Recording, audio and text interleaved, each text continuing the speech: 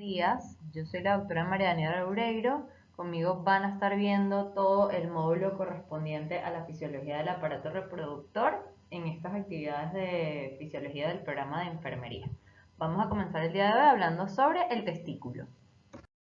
Bien, vamos a comenzar hablando sobre la anatomía del aparato reproductor masculino. Recuerden que los genitales internos del hombre están conformados por los testículos, los epidídimos, los conductos deferentes, la próstata, las vesículas seminales, los conductos eyaculadores y las glándulas vulvouretrales. Los testículos son las gónadas masculinas, son unas glándulas ovoides pares que se encargan principalmente de la producción de espermatozoides y de hormonas, que ese va a ser el punto clave de nuestra clase del día de hoy. Ellos se encuentran ubicados en la bolsa escrotal, están separados del cuerpo y rodeados por la túnica albuginea. Esa túnica divide al testículo en lóbulos, ¿ok? Dentro de los lóbulos testiculares se encuentran los túbulos seminíferos. Vayan siguiendo la explicación con la imagen que tienen en la diapositiva, ¿ok? Surgen los túbulos seminíferos, que son, por llamarlos de alguna manera, la fábrica de producción de espermatozoides. Los túbulos seminíferos convergen o confluyen, mejor dicho, a nivel de la red testicular en la parte posterior del testículo, que es o rete testis, también llamada, ¿ok? De la cual surgen los túbulos eferentes que llevan esos espermatozoides que se producen en los túbulos seminíferos hasta el epidídimo, ¿ok? Como pueden ver, este conducto está en la cara posterior del testículo y durante el curso de los espermatozoides a través de este conducto, que como pueden ver tiene cabeza, cuerpo y cola, ellos van a ir madurando. La cola del epidídimo va a unirse o se va a continuar, mejor dicho, con el conducto deferente, el cual se va a unir al conducto de las vesículas seminales para formar el conducto eyaculador. Sobre las vesículas seminales deben recordar que ellas están ubicadas sobre la próstata y que no sirven para almacenar espermatozoides, sino que secretan una sustancia alcalina que es rica en fructosa y además tiene un agente coagulante que se mezcla con los espermatozoides cuando pasa por el conducto eyaculador y la uretra. Los conductos eyaculadores convergen los dos para desembocar en un orificio pequeñito en los colículos seminales, que están sobre el utrículo prostático o en la abertura del utrículo prostático, ¿ok? La próstata es la glándula accesoria más grande del aparato reproductor masculino y está alrededor de la uretra prostática, y las glándulas vulvouretrales son pequeñitas y se encuentran posterolaterales a la porción media de la uretra. Otra cosa importante hacer mención que se me pasó sobre los testículos es que ellos se encuentran separados del cuerpo. Eso es para mantener una temperatura adecuada para la producción de los espermatozoides, debido a que la temperatura es un factor que afecta la espermatogénesis, ¿ok? Los irriga además la arteria testicular y las venas que emergen del epidídimo, y los testículos forman el plexo pampiniforme, que es otra estructura encargada de la termorregulación del testículo. Otro punto importante es que la inervación del testículo está dada principalmente por unas fibras parasimpáticas vagales.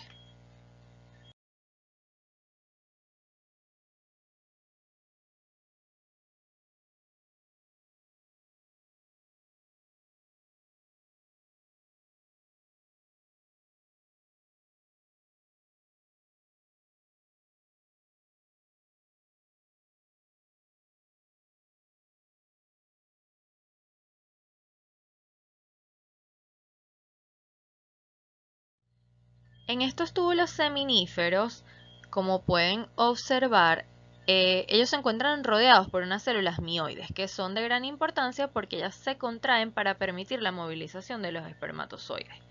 Dentro del túbulo están las células de Sertoli rodeando las espermatogonias, que se van a ir transformando en espermatocitos, espermátides y espermatozoides, como vamos a ir viendo a lo largo de la clase. Además, en el intersticio de los túbulos hay una célula muy importante que es la célula de Leydig, además de que en el intersticio también tenemos gran cantidad de vasos sanguíneos que permiten la nutrición del tejido. Entonces, a grandes rasgos, vamos a tener que un túbulo seminífero tiene células germinales, células de Sertoli y células mioides, y en el intersticio se encuentran las células de Leydig.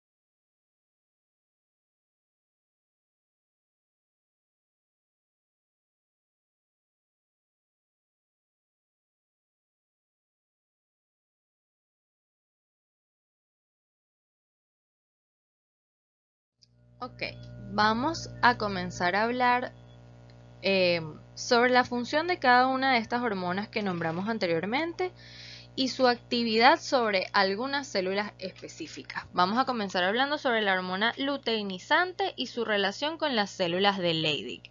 En esta primera imagen solamente quiero que se fijen que hay una relación entre la célula de Leydig, que se encuentra en el espacio extracelular, ¿ok?, y las células de Sertoli, que están dentro de los túbulos seminíferos, como ya lo hablamos anteriormente. Ahora vamos a pasar a la siguiente diapositiva, donde vamos a hablar exclusivamente de la función de la LH sobre la célula de Leydig.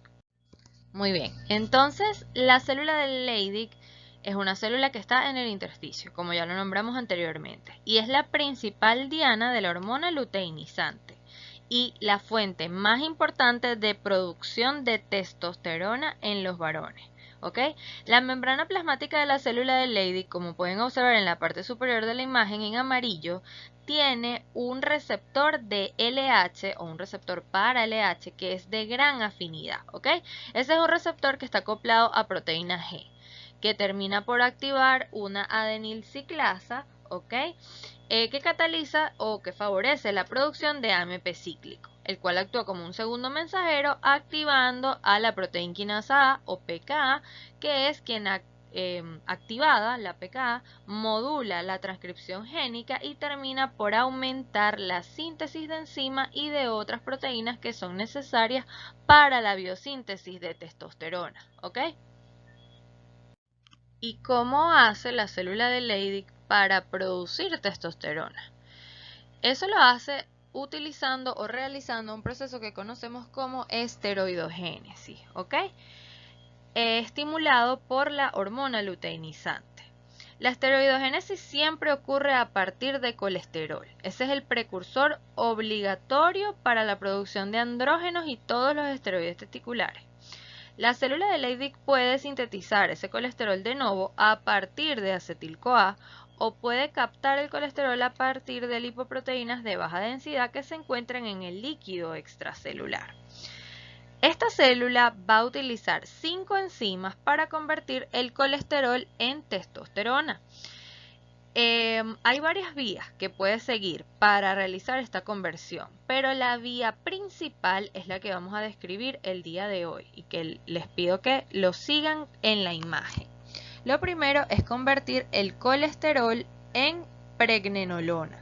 Este colesterol se trasloca hasta la mitocondria donde ocurre esta primera modificación, ¿ok? Que hay una escisión de una cadena lateral que hace la transformación de colesterol a pregnenolona, ¿ok?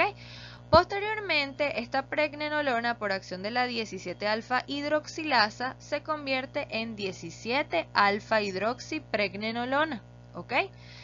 La que por acción de la 17-20 desmolasa pasa a convertirse en dehidroepiandrosterona, que es nuestro primer andrógeno, ¿ok? El cual por acción de la 17-beta hidroxiesteroide deshidrogenasa se convierte en androstenediol. Y por último, la 5-alfa reductasa hace la conversión de androstenediol a androsterona. Y el papel regulador de la LH en todo esto es la estimulación de las enzimas involucradas en la esteroidogénesis. Ahora bien, ¿qué ocurre en la célula de Sertoli? Que es la diana testicular principal donde actúa la hormona foliculoestimulante. El evento de señalización celular que ocurre en estas células es muy parecido al que acabamos de describir para la célula de Leydig, donde la FSH se une a un receptor acoplado a proteína G que estimula una adenilciclasa, aumenta el nivel de AMP cíclico, se estimula una pKa y esta promueve la transcripción de genes específicos y además un incremento en la síntesis proteica. Estas proteínas son importantes para sintetizar hormonas esteroideas y además para permitir la acción fisiológica de las mismas. ¿Cuáles son esas proteínas que se producen? La primera es la proteína ligadora de andrógenos, ¿ok? O ABP. Ella se secreta hacia el espacio luminal del túbulo seminífero, cerca de las células espermáticas que se encuentran en desarrollo. Esta proteína ligadora de andrógenos o ABP sirve para mantener altos niveles locales de testosterona, que son necesarios para que ocurra una espermatogénesis eficaz. También se produce la P450 aromatasa, que es una enzima involucrada en la esteroidogénesis que permite convertir testosterona en estradiol. Pero esta testosterona difunde desde la célula de Leydig hasta la célula de Sertoli y es aquí donde se convierte en estradiol, ¿ok? Además se producen factores de crecimiento y otros productos que apoyan a las células que están involucradas en la espermatogénesis, que aumentan significativamente el número de espermatogonias, espermatocitos y espermátides dentro del testículo. La FSH también puede aumentar el potencial fértil del espermatozoide. Pareciera que el efecto se debe a la estimulación de la motilidad y no en realidad a un aumento en el número de espermatozoides. Y por último tenemos que se producen las inhibinas. Ellas tienen un efecto de retroalimentación negativa sobre el eje hipotálamo hipófisis testículo para inhibir la secreción de FSH. Estas inhibinas se secretan al líquido de los túbulos seminíferos y hacia el intersticio testicular. Y además de ejercer el efecto endocrino sobre el eje, la inhibina también tiene efectos paracrinos, actuando como un factor de crecimiento para la célula de Leydig. Ahora vamos a ver la imagen completa otra vez, porque debe quedarnos muy claros que las células de Leydig y las células de Sertoli, por más que se encuentran en compartimientos diferentes del testículo, están altamente relacionadas entre sí. Ellas tienen una comunicación cruzada. Vamos a ir siguiendo la imagen. Por ejemplo, la célula de Leydig sintetiza la testosterona, que tiene actividad sobre la célula de Sertoli. ¿Ok? Ya lo que describimos que sucedía, que se convierte en estradiol por la aromatasa que sintetiza la célula de Sertoli. Por su parte, esta célula de Sertoli también puede afectar a la célula de Leydig por este mecanismo donde se produce estradiol, el cual disminuye la capacidad de la célula de Leydig para sintetizar testosterona cuando se encuentra expuesta a la hormona luteinizante.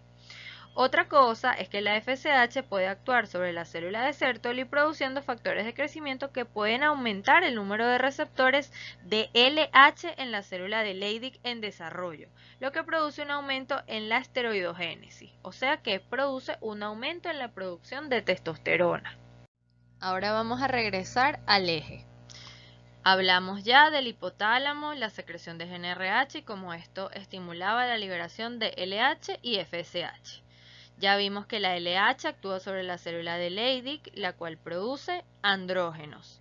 Estos andrógenos se comunican o tienen actividad sobre las células de Sertoli y además por un mecanismo de aromatización periférica se pueden convertir también en estrógenos. La otra función que tienen los andrógenos en este eje hipotálamo, hipófisis gónada es que actúan como un bucle de retroalimentación negativa donde inhiben la secreción de LH, inhiben la secreción de GnRH y además tiene efectos conductuales o cambios comportamentales sobre el sistema nervioso central, ¿okay? O induce cambios comportamentales a nivel del sistema nervioso central. Del otro lado tenemos que la FSH actúa sobre esta célula de Sertoli que produce unos factores de crecimiento que acabamos de nombrar que actúan sobre la célula de Leydig y además produce la ABP, estrógenos y favorece la espermatogénesis.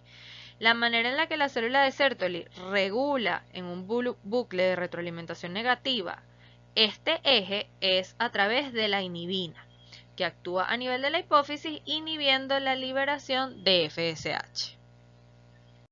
La testosterona, que es nuestro andrógeno principal, se encarga del desarrollo y mantenimiento de las características sexuales secundarias del hombre, entre estas la voz, la musculatura y la distribución de la grasa y el vello corporal. Tiene acciones anabólicas y virilizantes, controla la secreción de hormona luteinizante y estimula la secreción prostática y de las vesículas seminales. Alrededor del 45% de la testosterona que se encuentra en el plasma está unida a la globulina ligadora de hormonas sexuales. Y más o menos el 55% está unido a albúmina y a la globulina ligadora de corticoides. Estos números son todos aproximados, ¿ok? Hay una fracción pequeña de testosterona que está circulando libre en el plasma, es decir, sin unirse a proteínas.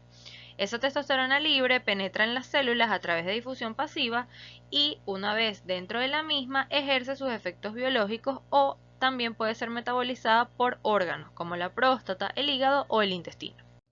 Ahora sí, podemos comenzar a hablar sobre la espermatogénesis, ¿ok? Ella tiene esencialmente tres fases. La fase espermatogónica, donde los espermatogonios se dividen por mitosis para reemplazarse entre sí y proveer una población de espermatogonios que estén predestinados para diferenciarse a espermatocitos primarios. Hay una fase espermatocítica o fase meiótica en la que los espermatocitos primarios sufren dos divisiones meióticas que reducen la cantidad de cromosomas y el contenido de ADN para producir las células haploides que conocemos como espermátides, y la fase de la espermátide o espermiogénesis en la cual los espermátides se diferencian a espermatozoides maduros. Al final de la espermatogénesis, las espermátides sufren su maduración final y se liberan a la luz del túbulo seminífero desde las células de Sertoli durante un proceso que conocemos como espermiación. Ahora bien, ¿cómo ocurren esas fases de la espermatogénesis? ¿Cuáles son los nombres? Simplemente a modo de recordatorio de anatomía microscópica, ¿ok? Lo que nos interesa en fisiología es que durante la formación del embrión, las células germinales o primordiales emigran hasta el testículo y se convierten en células germinales inmaduras que conocemos como espermatogonias, que se encuentran en las 2 o 3 capas internas del túbulo seminífero. Estas espermatogonias, después de varias divisiones, esas espermatogonias tipo A se van a diferenciar en espermatogonias de tipo B. Posteriormente, la división mitótica de esos espermatogonios tipo B produce los espermatocitos primarios, los cuales han duplicado su ADN después de formarse y antes de comenzar la fase meiótica. O sea que cada espermatocito primario tiene la cantidad normal de cromosomas, pero el doble de cantidad de ADN. Cada cromosoma, recuerden que tiene 2 cromátides hermanas y por eso tiene el doble de ADN. En la primera división meiótica hay una reducción de la cantidad de cromosomas de 2N a 1N, ¿ok? Y de la cantidad de ADN al estado haploide. Por consiguiente, un espermatocito secundario tiene una cantidad haploide de cromosomas y una cantidad 2D de ADN. En la meiosis 2 no hay, o la meiosis 2 no está precedida por una duplicación de ADN, por lo que después de la segunda división meiótica, cada espermátide tiene una cantidad haploide de cromosomas, cada uno compuesto por una sola cromátide, ¿ok? Cada espermátide, que termina siendo producto de la segunda división meiótica, es haploide en cuanto al contenido de ADN y a la cantidad de cromosomas.